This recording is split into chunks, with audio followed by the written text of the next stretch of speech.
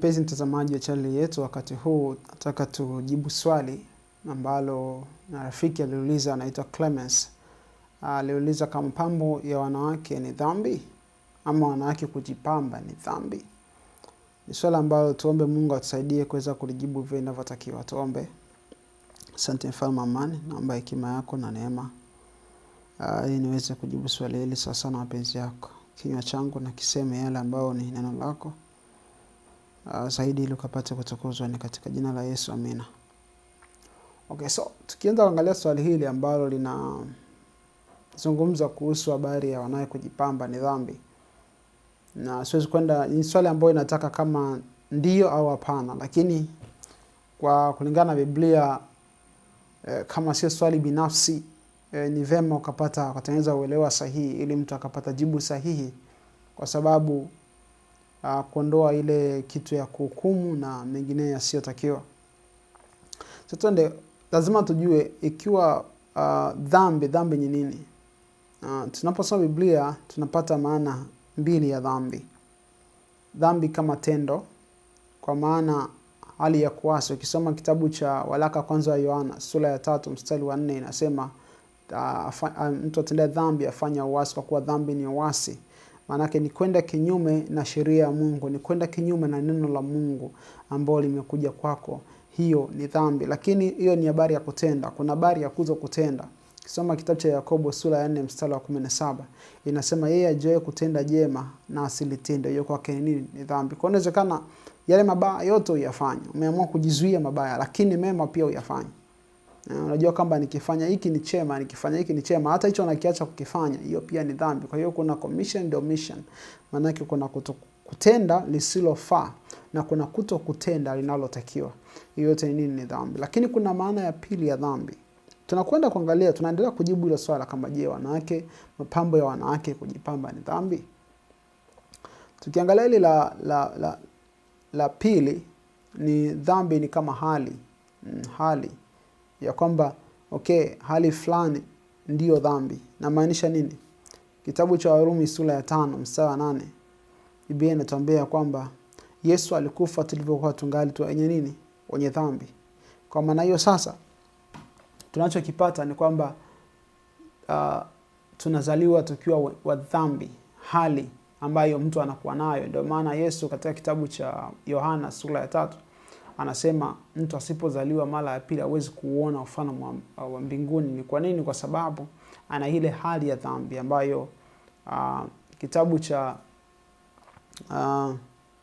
Yeremia anazungumza habari ya kwamba matendo, anasema ya kwamba kama vile ambavyo mkusha hawezi kubadili rangi yake na chui kuondoa madoa yake, ndivyo ilivyo kwa ninyi mliozoea kutenda mabaya. Maana yake tunakuwa na asili ya dhambi ambayo inafanya tunakuwa na hali ya dhambi ambayo inafanya tuwe wa dhambi, si ndio? Lakini hii isichanganywe na athari za dhambi katika miili yetu. Miili yetu ina asili ya dhambi. Kwa hiyo hata ukiwa vipi utabaki na ile asili ya dhambi, lakini hauhukumiwi kwa hiyo asili ya dhambi. Lakini ile hali ya dhambi ambayo tunazaliwa na hali ya dhambi bila kumpokea Yesu Kristo ndio wenye dhambi. Ndio maana Yesu Kristo, kitabu cha Korinto wa pili sura ya 5 mstari wa 21 inasema ya kwamba Kristo alifanyika nini? Alifanyika dhambi haki ya Mungu. Kwa hiyo kama ambavyo mtu anakuwa mwenye haki, ukisoma kitabu cha Luka sura ya 1 mstari wa 6 inasema ya kwamba Elizabeti na Zakaria walikuwa wenye haki mbele za Mungu. Maana yake ni hali. Kama ambavyo dhambi ni hali, sema wenye dhambi, alikuwa wenye dhambi ni watu ambao katika hali ya dhambi. Na by the way wanakuwa wakifanya hizo dhambi na wakiwa katika hali ya nini? Ya dhambi. Lakini vivyo hivyo kuna watu ambao wanakuwa katika hali ya haki, ambao wamehesabiwa haki kwa neema. Ni hali ambayo mtu anaipokea, ambayo inamsaidia yeye kutenda matendo mema, kwa sababu sasa mwili unakufa, anaanza kuitumikia dhambi, anatumikia haki. Kama ambavyo mtu alivyo katika hali ya dhambi, anakuwa mtumwa wa dhambi, anakuwa na mielekeo ya dhambi kwa sababu hamna ile hali inayompinga. The same, mtu anapoingia katika haki ya Kristo akampokea Yesu, anapokea hali ya haki. Kwa maana hiyo yeye kutenda haki kwake ni sawa, kwa sababu anakuwa ametoka katika kuwa mtu wa mwilini, anakuwa mtu wa rohoni, na Roho Mtakatifu anakuwa na nafasi kubwa ya kumuongoza. Bwana Yesu asifiwe. Sasa nataka tuende kwenye mafungu kadhaa hapa ambayo nataka yatusaidie baada ya kujua hizo hali. Na swali la rafiki, tutaanza na kitabu cha Timotheo wa kwanza, Timotheo wa kwanza sura ya 2 mstari wa 9. Nasema, vivyo hivyo wanawake na wajipambe kwa mavazi ya kujistiri pamoja na adabu nzuri na moyo wa kiasi, si kwa kusuka nywele wala kwa dhahabu na lulu wala kwa nguo za thamani. Kitu hiki amekisema Petro. Na twende Petro, I hope itakuwa ni Petro wa kwanza. Petro wa kwanza sura ya 3. Sura ya 3 ya kitabu cha Petro inasema hivi. Anasema, kadhalika ninyi wake watini waume zenu, kusudi ikiwa wako wasioliamini neno wavutwe kwa mwenendo wa wake zao pasipo ile neno, wakitazama mwenendo wenu safi na wahofu, kujipamba kwenu kusio kujipamba kwa nje, yani kusuka nywele, si ndio? Kujitia dhahabu na kuvalia mavazi, bali kuwe hutu wa moyoni usioonekana katika mapambo yasiyoharibika, yenye roho ya upole na utulivu iliyo ya thamani kuu mbele za Mungu. Kama ambavyo, maana hivyo ndivyo walivyojipamba wanawake watakatifu na wa zamani waliomtumaini Mungu na kuwatii waume zao. Mimi nimetuambia, naweza kusema ya kwamba okay, muktadha ni kwamba anaambiwa asijipambe, si ndio? Kwa sababu kwa anawekeza kwenye ishi ya mapambo. Sasa naweza kaja kwa sasa tunalitumiaje ili fungu haya mafungu? Sababu yameandikwa ni sehemu mbili. Lakini tukienda hata kwenye Agano la Kale, wakati hapo anakwenda kuabudu Mungu kwa wakati wa Yakobo, aliambiwa wavue mapambo yao. Kuna wakati Israeli walikuwa na changamoto, aliambia watoe mapambo, Mungu aone atakachowafanya. Sasa ukiwa umempokea Yesu, unaongozwa na Roho Mtakatifu. Unaongozwa na Roho Mtakatifu. Na ndivyo Biblia inasema kwamba hao wanaoongozwa na Roho ndio wana wa nani? Wa Mungu. Sasa lazima tujue, ikiwa unaongozwa na Roho Mtakatifu, unachotafuta wewe kuishi, unaishi kwa ajili ya nani? Unaishi kwa ajili ya Yesu Kristo. Hii ni swala la mtu binafsi, kwa sababu hapa tunachokiangalia kwenye ishi ya mapambo ni mwenendo wa Mkristo.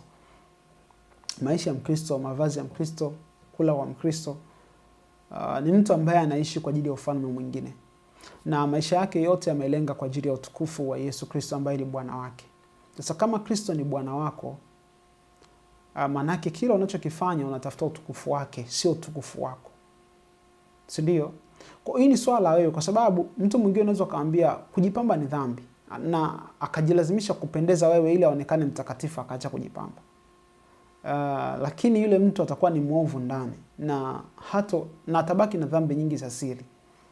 Kwa sababu anachojua utakatifu ni maisha watu wa kuone ni mtakatifu, bila kujali yale ya nje ya ndani, ambayo Yesu anaambia nyinyi Mafarisayo mwaosha nje ya vikombe lakini ndani kumejaa uchafu.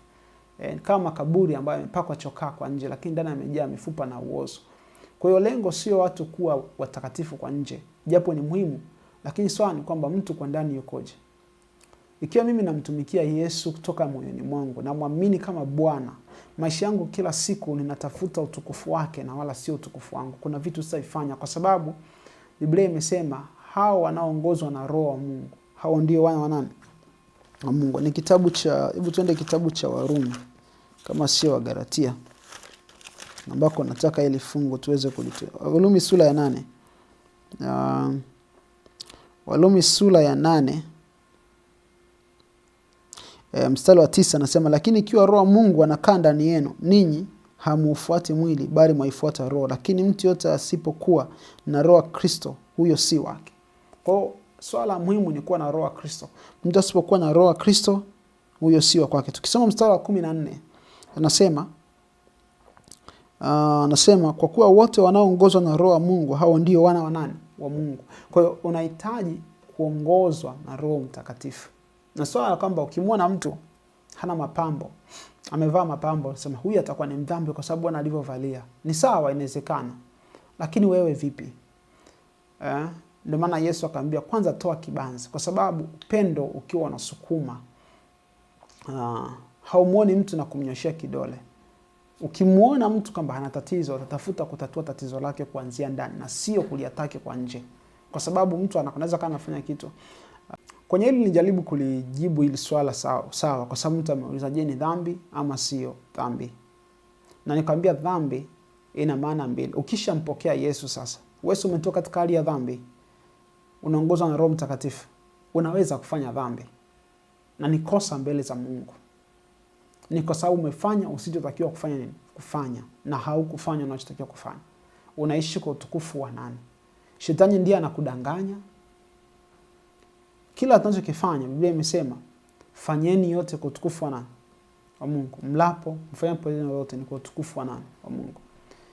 Tunakosa mara nyingi uwepo wa Roho Mtakatifu. Tunatafuta validation za watu. Tunatafuta watu watusifie, watu watuone,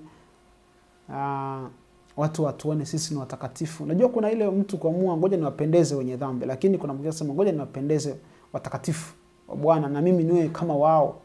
Lakini wakati mwingine anasema mambo, Biblia inasema mambo yanayofanyika kwa siri ni ngumu hata kuyatamka. Lakini lazima tufike hatua tujue kama tunamtumikia Yesu Kristo. Na tunahitaji kuongozwa na Roho Mtakatifu. Ambako wanawake wa zamani walijipamba kwanza kwa utu wa ndani. Kipaumbele ilikuwa ni utu wa ndani, ya kwamba Kristo Yesu, Roho Mtakatifu anapata nafasi ya kukaa ndani ya moyo wangu. Na anaponiongoza kweli, watu wakiniangalia wanamuona Yesu. Ninavyovaa wakiniona wanamuona Yesu, si kwa sababu ya vazi peke yake. Ni kwa sababu Roho Mtakatifu anaishi ndani yangu. Kwa hiyo ndiye anayewavuta. Watu wanaponiona hawanioni mimi, wanamuona Kristo ndani yangu. Anayefanya watu wamuone Yesu ndani yangu sio mimi. Hata kama ningelivaa mavazi ya Kikristo, still watu hawatamuona Yesu kama ndani yangu na Roho Mtakatifu. Sasa nikivaa kinyume na Roho Mtakatifu, nadhani kinachotokea ni nini? Kama inaweza kuiasi sauti yake. Kwa hiyo swala muhimu sana kwenye issue ya mavazi, ndugu Clemens, kama utakuwa umepata video hii Clemens, ni kwamba dhambi ni uasi dhidi ya sheria. Na mwenendo wa Mkristo unatakiwa kuwa mtakatifu, wenye kuleta utukufu kwa Mungu. Ikiwa hiyo mapambo unayoyavaa au unayavaa yanamtukuza Mungu, fanya. Kama yanamtukuza Mungu, fanya.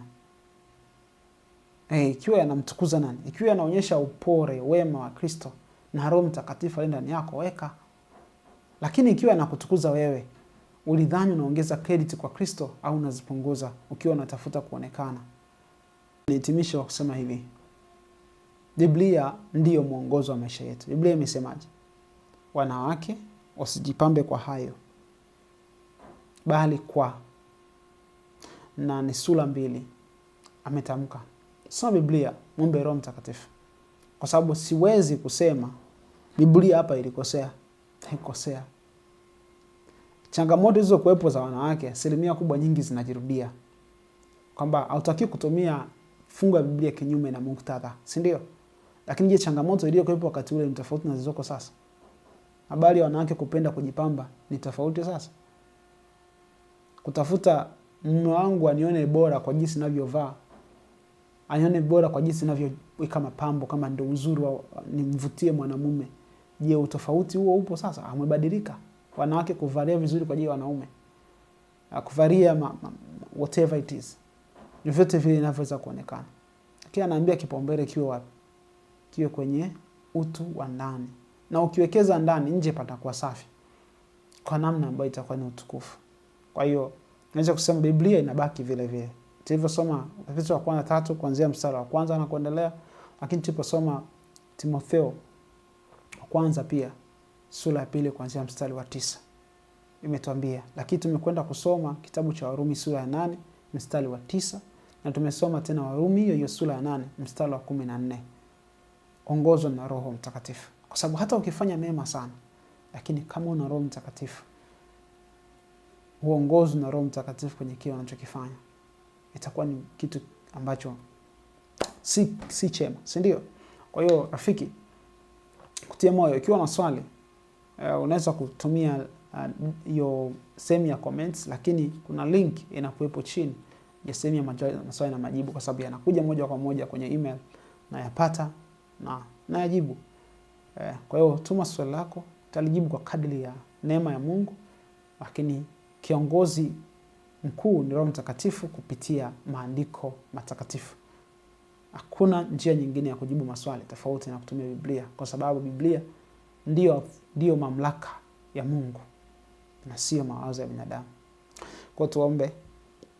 Asante Mungu wa mbinguni kwa sababu wewe ni mwema, na ninaamini kwa neema yako swali linaweza likawa limejibiwa kwa namna ambayo wewe unataka tuishi kwa ajili ya utukufu wako. Na zaidi kwa kuwa sisi tumeathirika na dhambi, endelea kusihi Roho Mtakatifu endelea kututakasa kila siku, kuzidi kusogea karibu na msalaba wa Yesu na kufanana na Kristo. Zaidi najikabidhi mikononi mwako, ni katika jina la Yesu. Amen.